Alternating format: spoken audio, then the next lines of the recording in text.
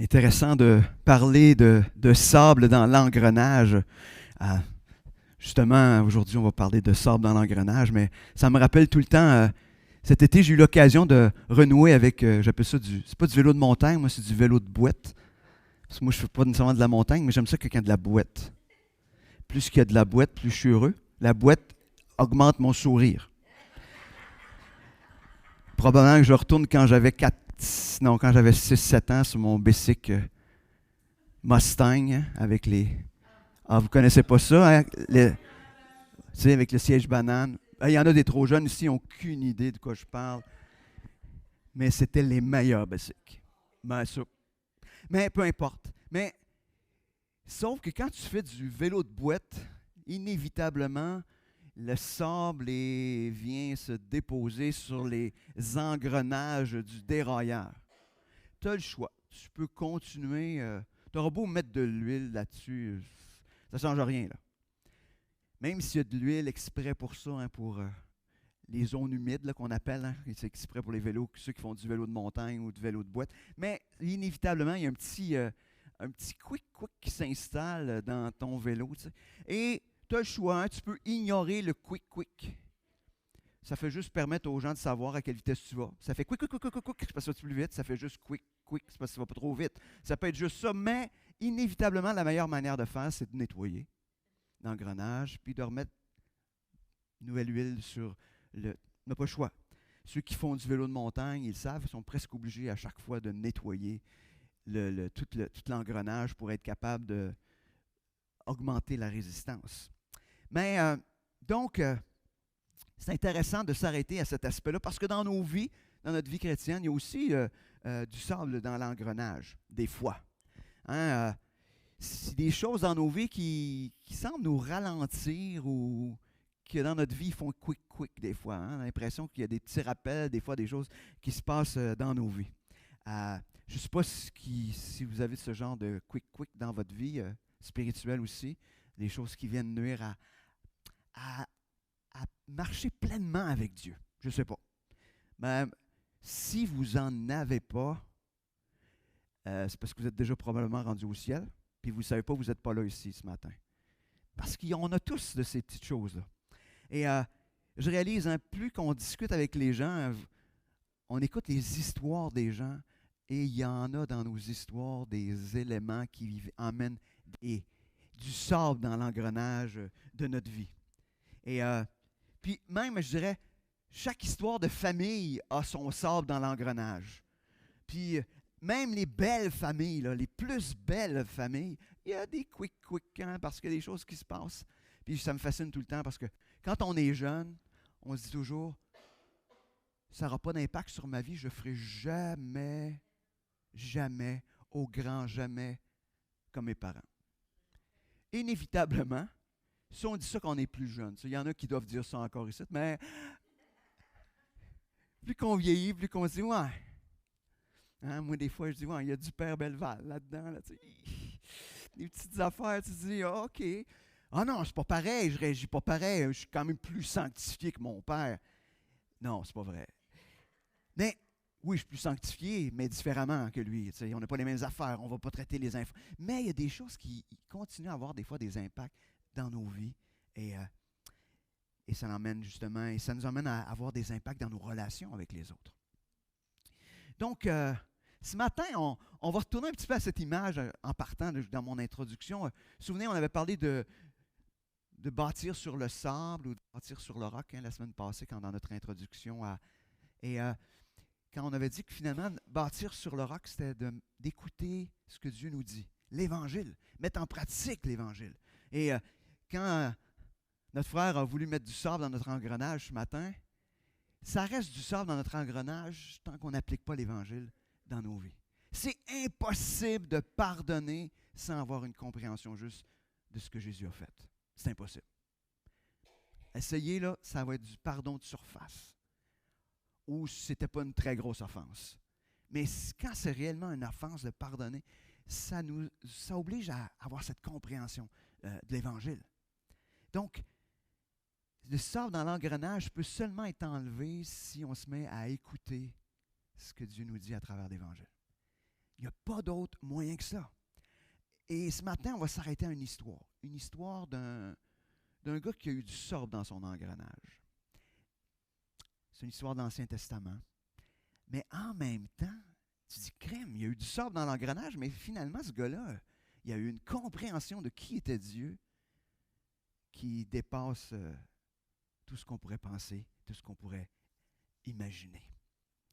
Donc, avant d'aller rentrer dans ce texte, on va prier. Seigneur Dieu, ce matin, on vient devant toi. Parce que ce que je comprends et ce que je réalise de plus en plus, c'est qu'on a besoin de comprendre ce sacrifice parfait que tu as fait à la croix. Réaliser que tu as payé pour toutes ces choses-là. Pour toutes ces occasions de sable dans l'engrenage de nos vies. Pour tous ces moments où dans nos propres vies, on est peut-être même le sable dans l'engrenage dans la vie de quelqu'un d'autre, Seigneur. Tu as payé pour ça, Seigneur. Seigneur, permets que ce matin, on ait une compréhension juste de ce que tu as fait et de qui tu es. Seigneur, afin que l'on puisse vivre comme tu le veux, une vie qui est fixée sur le roc de l'Évangile, Seigneur. Merci, Seigneur, pour ta parole ce matin qu'on va regarder ensemble. Amen. Ce matin, on va s'arrêter à l'histoire de Joseph dans l'Ancien Testament. On va regarder plusieurs textes dans l'histoire de Joseph. Et ça commence dans l'histoire de Joseph, je dirais, toute une histoire de famille. Hein?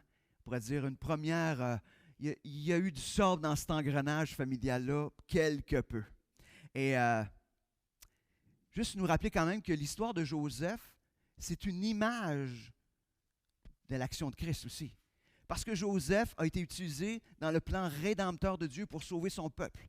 De la même manière, Christ était l'image, encore pas l'image, mais qui était cette perfection de la rédemption du plan de Dieu et qui est venu accomplir. Donc, il y a cet aspect-là.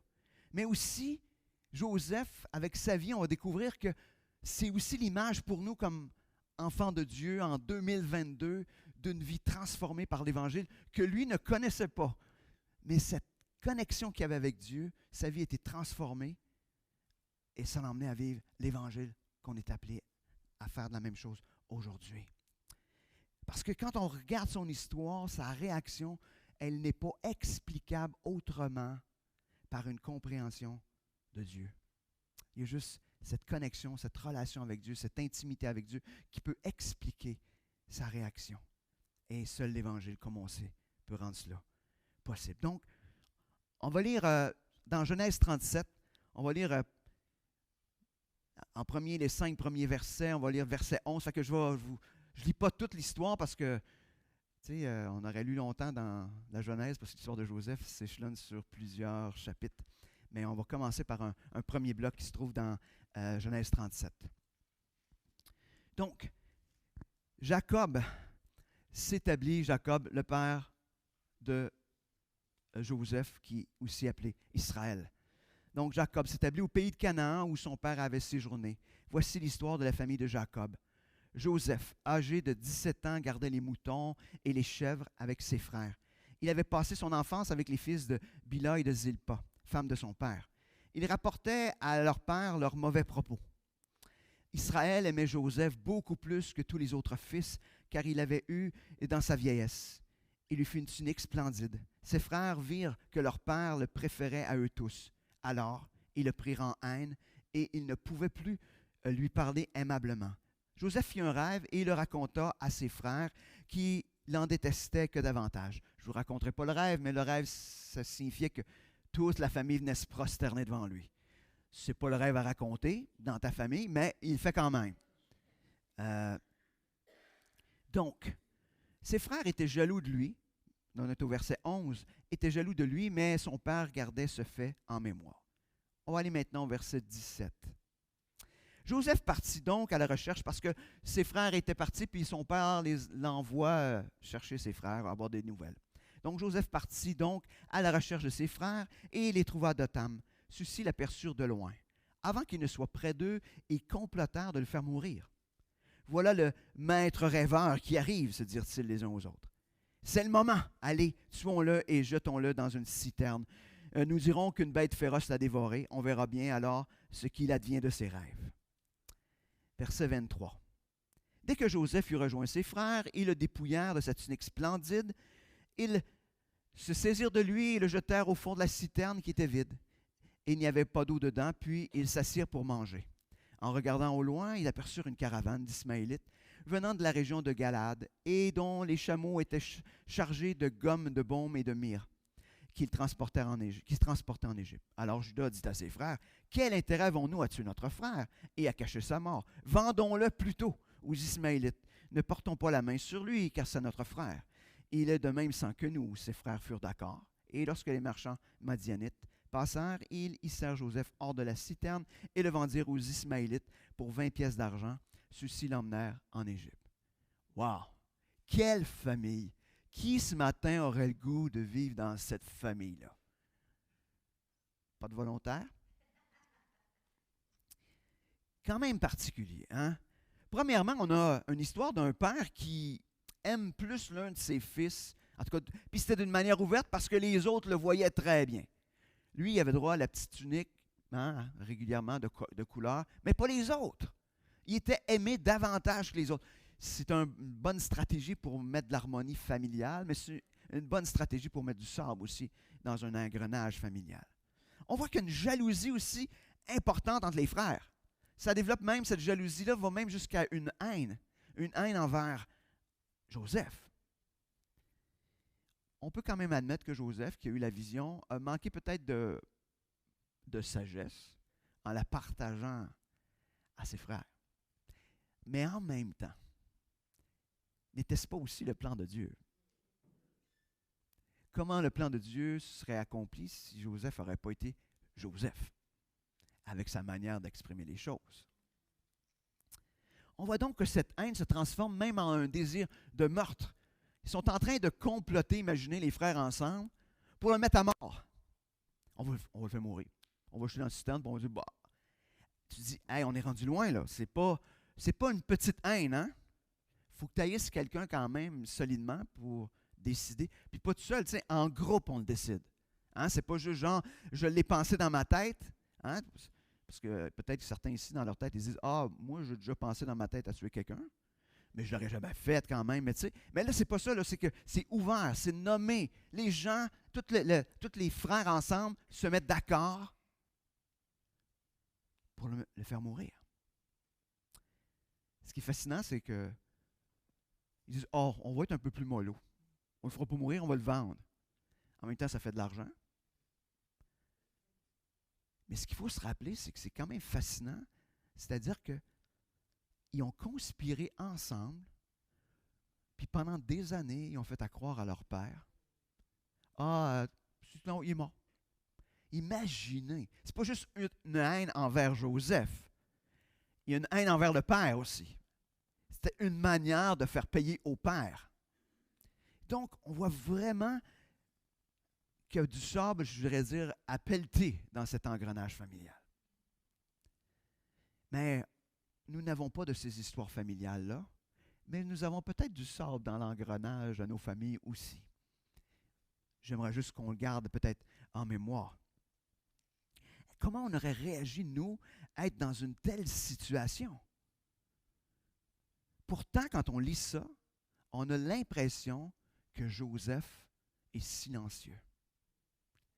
Joseph ne dit absolument rien.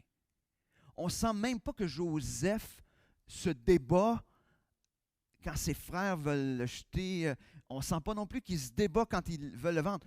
Le texte ne le dit pas. On ne peut pas extrapoler, mais à tout le moins, ce n'est pas un élément important pour que ce soit relaté dans l'histoire. Donc, Joseph ne semble avoir aucune réaction envers ses frères. Est-ce que ça aurait été notre type de réaction? Y a-t-il quelqu'un ici qui dit, moi, je pense que j'aurais été pas mal ça. Je vous dis, je lis l'histoire, moi, puis, hein? Hey boys, hein? Ça nous donne le goût de, voyons donc, ça a-tu du bon sens? Ça a-tu du bon sens? En termes d'injustice, assez solide. Là. Ah oui, on peut dire, ah, il y a eu ce qu'il méritait. Boys, on ne peut pas aller là non plus, hein, parce que quand même, tu as beau avoir eu un rêve et avoir été vantard avec ce rêve-là. Malgré tout, son père, il avait gardé ça en mémoire. Hein. Il n'était pas d'accord, il avait même repris Joseph, mais il l'a gardé quand même en mémoire. C'est-à-dire qu'il y avait quelque chose qui se passait là. Continuons. Parce que l'injustice dans la vie de Joseph, ou le sable dans l'engrenage de sa vie, ne s'arrête pas là. Il va vivre une deuxième injustice. On va commencer avec, on est au chapitre 39 cette fois-ci. Donc, il était vendu, il est acheté comme esclave par Potiphar, un maître égyptien. Donc, verset 2. On va lire les versets 2 et 3, après ça on va lire de 6 à 20. L'Éternel fut avec Joseph de sorte qu'il réussissait tout ce qu'il entreprenait. Il demeurait dans la maison de son maître égyptien. Celui-ci remarqua que l'Éternel était avec Joseph et faisait prospérer tout ce qu'il entreprenait. Wow! À date, tout va bien, mais les choses se gâtent un peu. À partir du verset 6. Joseph était un très bel homme ayant un beau visage, de sorte que la femme de son maître porta les yeux sur lui et lui dit, « Viens coucher avec moi. » Mais il s'y refusa et lui dit, « Mon maître me demande compte de rien dans la maison. Il m'a confié tous ses biens. Lui-même n'a pas plus d'autorité que moi ici. Il ne m'a rien interdit excepté toi, parce que tu es sa femme. Comment commettrai-je un acte aussi abominable et pécherai-je contre Dieu? » Jour après jour, elle revenait à la charge. Mais Joseph ne voulait pas l'écouter, refusant de coucher avec elle et être avec elle. Un certain jour, Joseph était entré dans la maison pour faire son travail. Aucun domestique ne se trouvait là. Alors elle agrippa par son vêtement en disant, « Viens coucher avec moi. » Mais il s'enfuit, lui abandonna son vêtement entre les mains et s'élança dehors. Quand elle vit qu'il s'était enfui dehors en lui laissant son vêtement entre les mains, elle se mit à crier pour appeler ses domestiques. Puis elle leur dit, « Voyez cela, on nous a emmené un Hébreu pour se jouer de nous. Il est venu vers moi pour coucher avec moi, mais j'ai crié très fort. Quand il a entendu que je poussais des cris pour appeler à l'aide, il a abandonné son vêtement à côté de moi et s'est enfui dehors. » Donc, on continue, là, son mari va arriver. Donc, elle garde le vêtement de Joseph à côté d'elle jusqu'au retour de son mari à la maison. Alors, elle lui raconte la même histoire. « L'esclave hébreu que tu nous as emmené, dit-elle, est venu vers moi pour se jouer de moi. Mais quand je me suis mise à crier et que j'ai appelé au secours, il a abandonné son vêtement à côté de moi et s'est enfui dehors. » Quand le maître de Joseph entendit le récit de sa femme qui lui disait, « Voilà comment ton serviteur s'est comporté envers moi. » Il se mit dans une grande colère et fit saisir Joseph pour le mettre dans une maison d'arrêt où étaient détenus les prisonniers du roi. Ainsi Joseph demeura dans la prison. Wow! À date, pour Joseph, c'est pas super winner, là, comme on dirait, c'est pas facile. Ce qui est intéressant quand même, que je veux soulever en premier, parce qu'il est soulevé dans le texte et ça m'apparaît important, c'est de voir que, comme dans le reste de l'histoire de Joseph, que la bénédiction de Dieu accompagne Joseph. Peu importe ce qui se passe, la bénédiction de Dieu accompagne Joseph. Et on va le voir par la suite, hein, dans la prison, on va le voir. La même chose, la bénédiction de Dieu accompagne Joseph. Tout ce qu'il fait se transforme, on va dire, en or. Tout prospère autour de lui.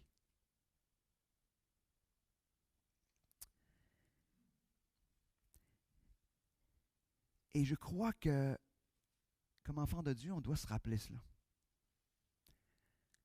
Peu importe les injustices qu'on vit, est-ce qu'on croit que Dieu est là? Et que sa bénédiction est là malgré tout? Ou est-ce qu'on remet en question immédiatement, à chaque fois qu'il nous arrive une injustice, la bénédiction de Dieu? Joseph ne semble pas faire la connexion entre les deux. Injustice, je suis plus béni. Hein? Il ne fait pas cette connexion-là. J'aimerais aussi qu'on soulève l'aspect de l'attitude de Joseph face à la demande insistante de la femme de son maître. Et mettons que tout était le péché sur un plateau d'argent, comme on dit. Hein? Mais qu'est-ce qu'on voit? C'est qu'il fait ressortir il reconnaît qu'il y a un péché là. Il voit que il voit toute la laideur de ce geste-là. Il appelle ça une abomination. C'est abominable. C'est inacceptable. Qu'est-ce que vous pensez du péché, vous autres? C'est abominable. Est-ce que l'Évangile, ou est-ce que le salut qu'on a en Jésus nous a tellement transformés ou bouleversés intérieurement qu'on est là à voir le péché comme une abomination? Est-ce qu'on est là? Malheureusement, pas toujours. Pas toujours. Pas toujours. C'est intéressant aussi, il voit que le péché, et je pense que c'est une vision juste du péché, il voit que le péché est premièrement où il est envers Dieu. Comment pécherais-je contre Dieu? Comment je ferais ça?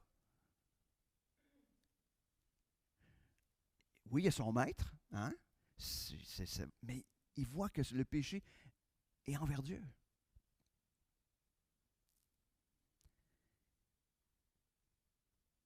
Joseph est là et il voit plus loin le plan de Dieu dans sa vie.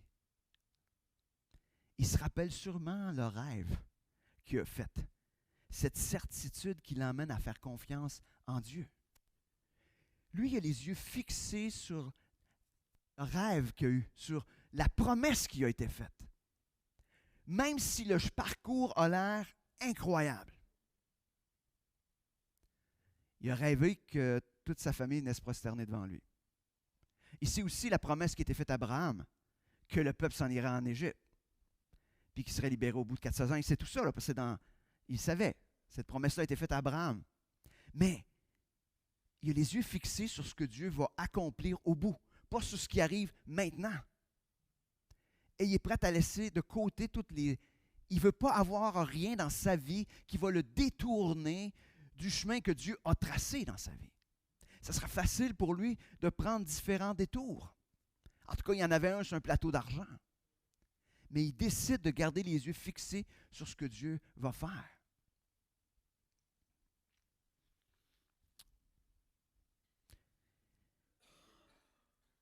Est-ce que nous sommes de ceux qui voyons plus loin? Aussi, comment aller notre compréhension du péché? Et puis une juste compréhension du péché, ça fait partie de l'Évangile. Nous avons été sauvés de quoi? Hein? J'ai dit, je vais vous le répéter souvent parce que j'aime cette petite phrase-là. Parce que je me la répète à moi 12 fois par jour. T'es sauvé de quoi? Premièrement, oui, la puissance du péché aussi dans nos vies. Alors, est-ce qu'on voit de la même manière cette laideur du péché, comme Joseph la voyait, ou c'est banal? C'est banal. Est-ce que c'est banal? Est-ce que c'est banal?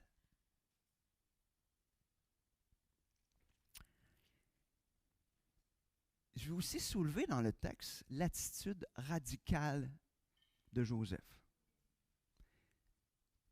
face au péché. Il laisse son vêtement. C'est comme, regarde, c'est pas élégant. C'est pas toujours élégant, hein? Quand on sauve du péché, c'est pas toujours élégant. Dans ce cas-là, c'est pas très élégant, mais il prend les jambes à son cou, puis il s'en va. Il s'en va. Il n'y a pas d'autre manière de faire. Hein? Ça nous rappelle les gestes radicaux que Jésus a enseignés. Hein? Hein? C'est pour toi, ton œil est une occasion de chute. Arrache-le. Coupe le bras qui est une occasion de chute. Cette attitude radicale face au péché. Il n'est pas là en train de dire, ah ouais, mais si je fais ça, ma réputation. Parce que là, ouais, mon manteau, puis là, tu sais, qu'est-ce qu'elle va dire, puis qu'est-ce qui va se passer. Il ne pense pas à sa réputation. Il ne pense pas à autre chose que, hey, je me sauve les jambes à mon cou. Hein, c'était clairement ça. Et encore une fois, Joseph, dans ce récit-là, ne réagit pas à l'injustice. Vous pouvez dire, ouais, mais c'était son maître, il était l'esclave, il ne pouvait pas dire grand-chose, il n'avait aucun droit. Oui, je suis d'accord, mais c'est une injustice flagrante. Mais il ne réagit pas. Donc, quelle est notre réaction face à l'injustice? Comment on aurait réagi? Et est-ce que nous sommes aussi radicaux que Joseph face au péché? Troisième injustice, c'est pas fini. Hey, je dis, il y en a de l'injustice dans sa vie. Hey, mais on en a tous plein d'injustices. Y a-t-il quelqu'un ici qui n'a jamais connu d'injustice?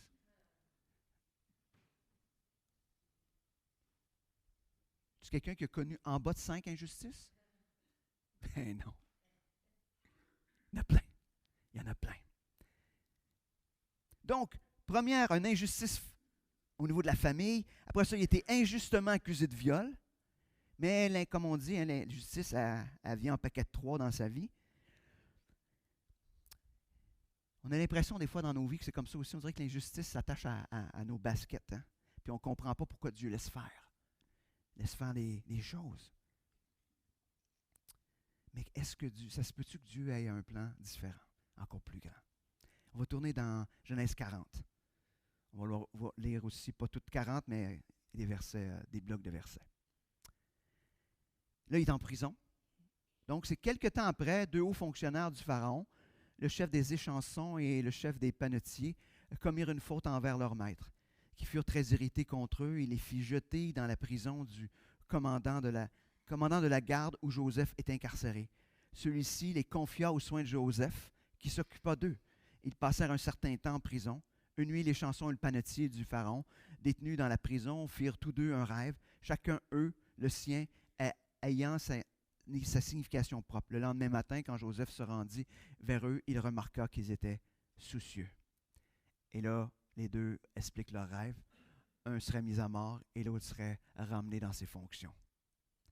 À celui qui serait ramené dans ses fonctions, verset 14, Joseph lui dit, « Mais s'il te plaît, pense à moi quand tout ira de nouveau bien pour toi et aie la bonté de parler en ma faveur au Pharaon pour me faire sortir de cette prison. En effet, j'ai été emmené de force du pays des Hébreux et ici même, je n'ai rien fait qui mérite le cachot. » Donc, il vient de rappeler les deux injustices, mais il est juste en train de les nommer. Et là, quand on va un petit peu plus loin, ça nous dit, « Mais le chef des échansons ne pensa plus à Joseph, il l'oublia. » Pink! Tu dis, « Hey, je t'annonce que ta vie va être sauvée, puis toi, tu t'en souviens pas. » Ça, c'est, ça arrive, ces genres d'injustices-là, encore aujourd'hui en 2022. Puis quand on continue à lire l'histoire, on réalise qu'il se passe 2 ans.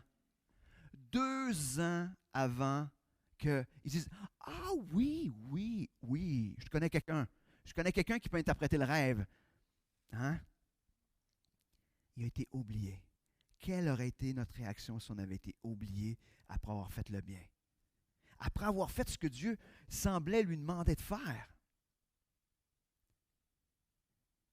Mais tout simplement parce que Joseph a une vue à plus long terme et qu'il a un regard sur la promesse, ça vient changer toute chose dans sa manière de faire les choses.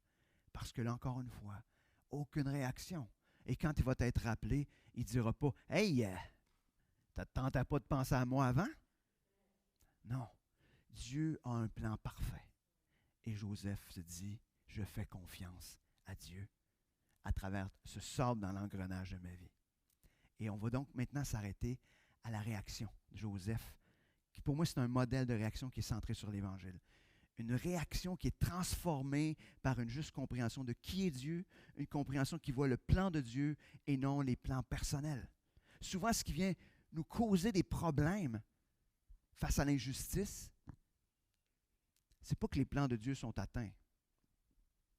Non. Nos plans, par exemple. Nos plans, on trouve ça difficile parce qu'on se dit, « Hey, mes plans sont bouleversés. Mes plans sont attaqués. Je ne pourrais pas faire, je ne pourrais pas obtenir, je pourrais pas. » Et c'est nos plans personnels. C'est qu'on a le regard centré sur nous au lieu d'avoir le regard centré sur ce Dieu qui est souverain. Donc, plusieurs années se sont écoulées. Donc, juste pour nous ramener un petit peu où ce que je vous en ai, c'est donc, Pharaon a fait un rêve et Joseph vient pour l'expliquer le rêve de Pharaon. Et le rêve annonce qu'il va y avoir une famine pendant 7 ans. Non, il va y avoir 7 ans de vaches grasses et 7 ans de vaches maigres. Il va y avoir donc une famine, une sécheresse pendant 7 ans. Et étant donné que cette interprétation, Pharaon va le prendre puis va l'établir comme chef au-dessus de toute la distribution. Donc, encore une fois, la bénédiction de Dieu, il devient comme le deuxième tout de suite après Pharaon. Imaginez, c'est quelque chose. Donc, plusieurs années se sont écoulées depuis que les frères de Joseph, ils l'ont vendu comme esclave. Puis là, on va voir que, parce que ses frères se pointent devant lui, Joseph a l'occasion, rêvé, de se payer la traite. Vraiment, là. Sur un plateau d'argent, encore une fois. Comment il va réagir? Est-ce qu'il va réagir selon les désirs de sa chair? Parce que je suis sûr que Joseph, même s'il avait cette compréhension, il y a des petites tentations intérieures qui devaient sûrement se promener. Ou il va réagir dirigé par une juste compréhension de ce que Dieu est en train de faire. Mais avant de se révéler, Joseph va quand même mettre à l'épreuve ses frères. Il ne se révèle pas, il les accuse un petit peu d'être des voleurs, des espions. Puis, tu sais, quand même, c'est soft quand même ce qu'il fait, mais il se paye un peu la traite quand même. On arrive, Genèse 45, versets 1 à 8. Alors, là, Joseph va se révéler maintenant à ses frères. Alors Joseph, ne pouvant plus dominer son émotion devant tous ceux qui étaient présents, s'écria « Faites sortir tout le monde !» Ainsi, personne de son entourage n'était en sa présence lorsqu'il fit connaître son identité à ses frères. Mais il sanglotait si fort en parlant que les Égyptiens l'entendirent, et la nouvelle parvint jusqu'au palais du Pharaon. Et il dit à ses frères, « Je suis Joseph, mon père est-il encore en vie? » Mais ses frères étaient incapables de lui répondre tant ils avaient peur de lui. Alors Joseph leur dit, « Venez près de moi. » Ils s'approchèrent. « Je suis Joseph, leur dit-il, votre frère que vous avez vendu pour être emmené en Égypte. Et maintenant, ne vous tourmentez pas et ne vous accablez pas de remords de m'avoir vendu comme esclave. C'est pour vous sauver la vie que Dieu m'a envoyé devant vous. Car voici 2 ans que la famine sévit dans ce pays, et pendant 5 ans encore, il n'y aura ni labour ni moisson. Dieu m'a envoyé devant vous pour vous faire subsister sur la terre et préserver votre vie par une très grande délivrance. C'est pourquoi ce n'est pas vous qui m'avez envoyé ici, c'est Dieu. Et il m'a élevé au rang de père pour le Pharaon, faisant de moi le maître de toute sa cour et le dirigeant de toute l'Égypte.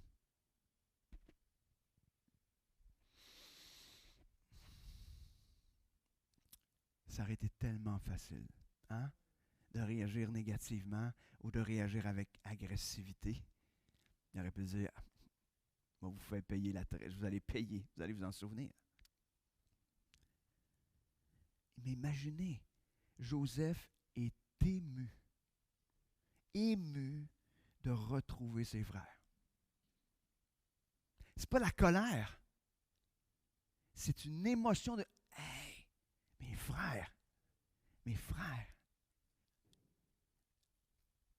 Il y a quelque chose qui s'est passé avant, là, hein? Vous ne pensez pas? Je pense que le pardon, on parlait de pardon tantôt, mais je pense que le pardon était déjà réglé. On voit qu'il y a de l'intérêt à imposer des questions sur son père, qu'est-ce qui arrive avec lui. Il reconnaît les faits, hein, parce qu'il dit « Je suis Joseph que vous avez vendu pour être esclave. » Il ne dit pas « On fait semblant qu'il ne s'est rien passé. Hein? » Des fois, on fait un pardon comme ça. On fait comme si c'était rien passé. On met ça en arrière. C'est pas ça le pardon, là. C'est la reconnaissance de la faute. Il y a une reconnaissance de la faute. Et c'est ça, le vrai pardon. Puis pourquoi on peut parler qu'un vrai pardon, c'est, il leur dit, et maintenant ne vous tourmentez pas et ne vous accablez pas de remords de m'avoir vendu comme esclave. Il est en train de leur dire, arrêtez là, c'est réglé, c'est pardonné. Je vous ai pardonné. Est-ce que ça, c'est possible sans avoir une juste compréhension de Dieu? Impossible. Impossible. Ce que ses frères ont fait, humainement, mérite la mort. Humainement, c'est inacceptable ce qu'ils ont fait. Puis c'est intéressant, hein? Pour lui, c'est important qu'ils arrêtent d'avoir peur et d'être remplis de remords. Et ce que j'aime particulièrement, et c'est ce que fait l'Évangile ou ce que devrait faire l'Évangile dans nos vies, Joseph est en train de réécrire l'histoire à la lumière du plan de Dieu. Et il leur dit, c'est pour vous sauver la vie que Dieu m'a envoyé, pas que vous m'avez envoyé, que Dieu m'a envoyé devant vous. Puis au verset 8, c'est pourquoi ce n'est pas vous qui m'avez envoyé ici, c'est Dieu. Joseph réécrit l'histoire parce qu'il y a une vision qui n'est pas centrée sur son nombril, sur le sable dans l'engrenage des relations, mais il y a le regard fixé sur le plan de Dieu, pas son plan à lui. Est-ce que si on avait demandé à Joseph, c'est quoi ton plan de vie, toi? Si tu te passes au travers de toutes ces épreuves-là? Jamais. Personne.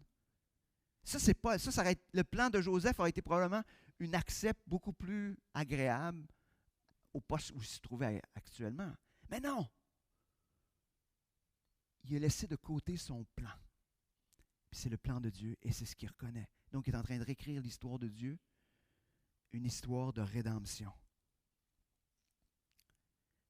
Imaginez, il dit, c'est Dieu qui l'envoie.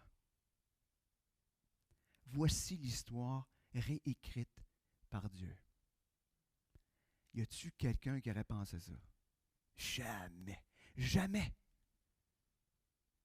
Quelle est l'histoire de Dieu qui est en train d'écrire dans vos propres vies, à travers toutes les épreuves de votre vie, à travers tout le sable dans l'engrenage de votre vie? Quelle est l'histoire que Dieu est en train d'écrire? Est-ce que vous êtes en train de réagir parce que c'est votre histoire qui est froissée?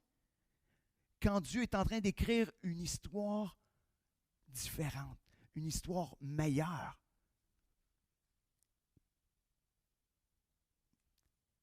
Ce qui est fascinant, là, c'est que ses frères ne comprennent rien. 17 ans plus tard, à la mort de Jacob, Joseph devra confirmer encore une fois qu'il marche avec Dieu. Dans Genèse 50, versets 15 à 21, on peut lire. Maintenant que leur père était mort, les frères de Joseph se dirent, qui sait, peut-être Joseph se mettra-t-il à nous haïr et à nous rendre tout le mal que nous lui avons fait. Alors ils lui envoyèrent un messager pour lui dire, avant de mourir, ton père nous a donné cet ordre. Vous demanderez à Joseph, veuille, je te prie, pardonner le crime de tes frères et leurs péchés, car ils t'ont fait beaucoup de mal. Oui, je te prie, pardonne maintenant la faute des serviteurs du Dieu de ton père. En recevant ce message, Joseph se mit à pleurer. Ses frères vinrent en personne se jeter à ses pieds en disant, nous sommes des esclaves. Mais Joseph leur dit, n'ayez aucune crainte, suis-je à la place de Dieu? Vous aviez projeté de me faire du mal, mais parce que vous avez fait, Dieu a projeté de faire du bien, en vue d'accomplir ce qui se réalise aujourd'hui pour sauver la vie à un peuple nombreux. Maintenant donc, n'ayez aucune crainte. Je pourvoirai à vos besoins, ainsi qu'à ceux de vos enfants. Ainsi, il les rassura et leur parla affectueusement. Ils ont encore peur que Joseph se venge. Ça fait 17 ans.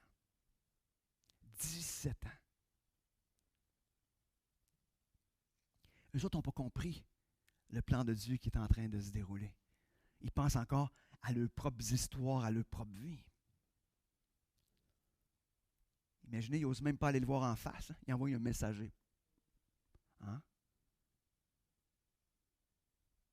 Mais encore une fois, Joseph reconnaît la souveraineté de Dieu. Dieu a accompli son plan parfait. Puis ce qu'il est en train de dire, c'est, voici le plan de Dieu qui se déroule devant moi. Je ne m'opposerai pas au plan de Dieu. C'est ce qu'il est en train de dire. Le projet de Dieu, comme je vous disais tantôt, est plus grand que le projet que ses frères avaient même fondé. Le projet de ses frères, c'était de le tuer.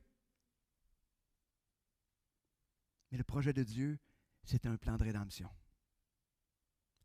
Un plan de rédemption pour toute la nation. Wow!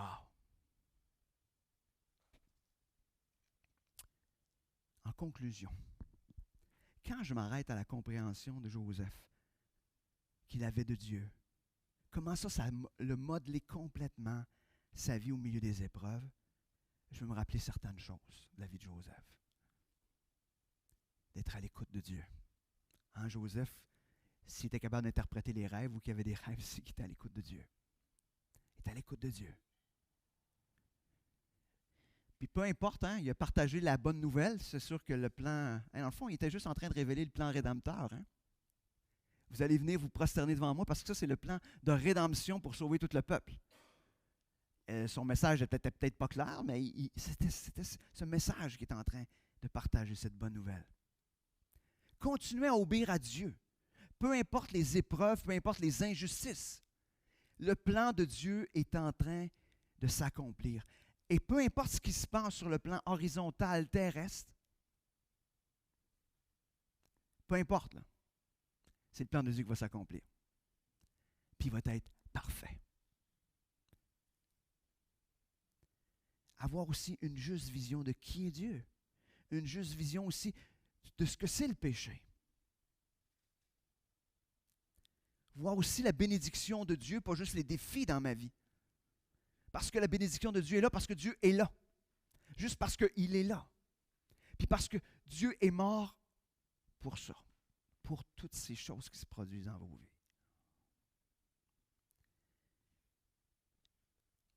Il y a juste Dieu qui est souverain. Même ceux du monde, des fois, qui ont l'air en autorité, des fois dans nos vies, leur souveraineté s'arrête très rapidement parce que c'est Dieu qui est souverain au-delà de tout ça. Même si des gens font des gestes qui n'ont pas d'allure envers nous, c'est Dieu qui est souverain. Au-dessus de ça. Même si je ne comprends pas. Je veux me rappeler aussi de chercher l'histoire de Dieu qui est en train de s'écrire au lieu de garder les yeux fixés sur ma propre histoire. Puis de chercher à voir le plan de rédemption qui est au milieu de la plus grande noirceur. Qu'est-ce que Dieu veut faire là-dedans? Qu'est-ce que Dieu veut faire dans ma vie, mais aussi dans peut-être pas mal plus grand que ma vie? Qu'est-ce que Dieu veut faire?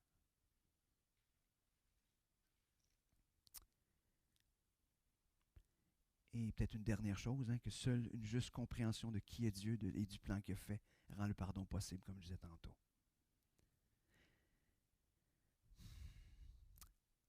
Si on faisait comme Joseph, qu'on regardait l'histoire de la rédemption dans notre propre vie, comment Dieu est en contrôle pour accomplir son plan parfait, peu importe ce que je vis ou ce que je vois.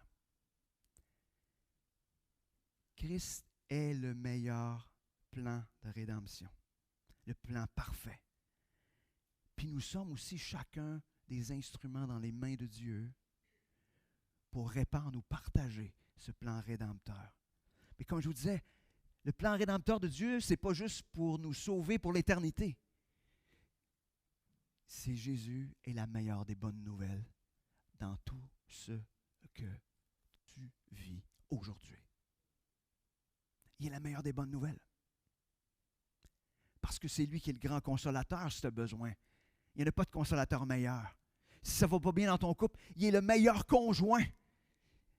Si il vit de l'injustice, il a subi l'injustice puis il a payé pour l'injustice à votre place afin qu'en lui, vous puissiez être justifiés. Il est toujours la meilleure des bonnes nouvelles. Christ est mort pour tout cela. Tes péchés puis ceux des autres. Est-ce que tu crois cela ce matin? Est-ce que tu crois cela? Prions. Seigneur Dieu, ce matin, merci. Merci de nous rappeler que ton plan est merveilleux. Au-delà de tout le sable dans l'engrenage de nos vies, ton plan est merveilleux. Seigneur,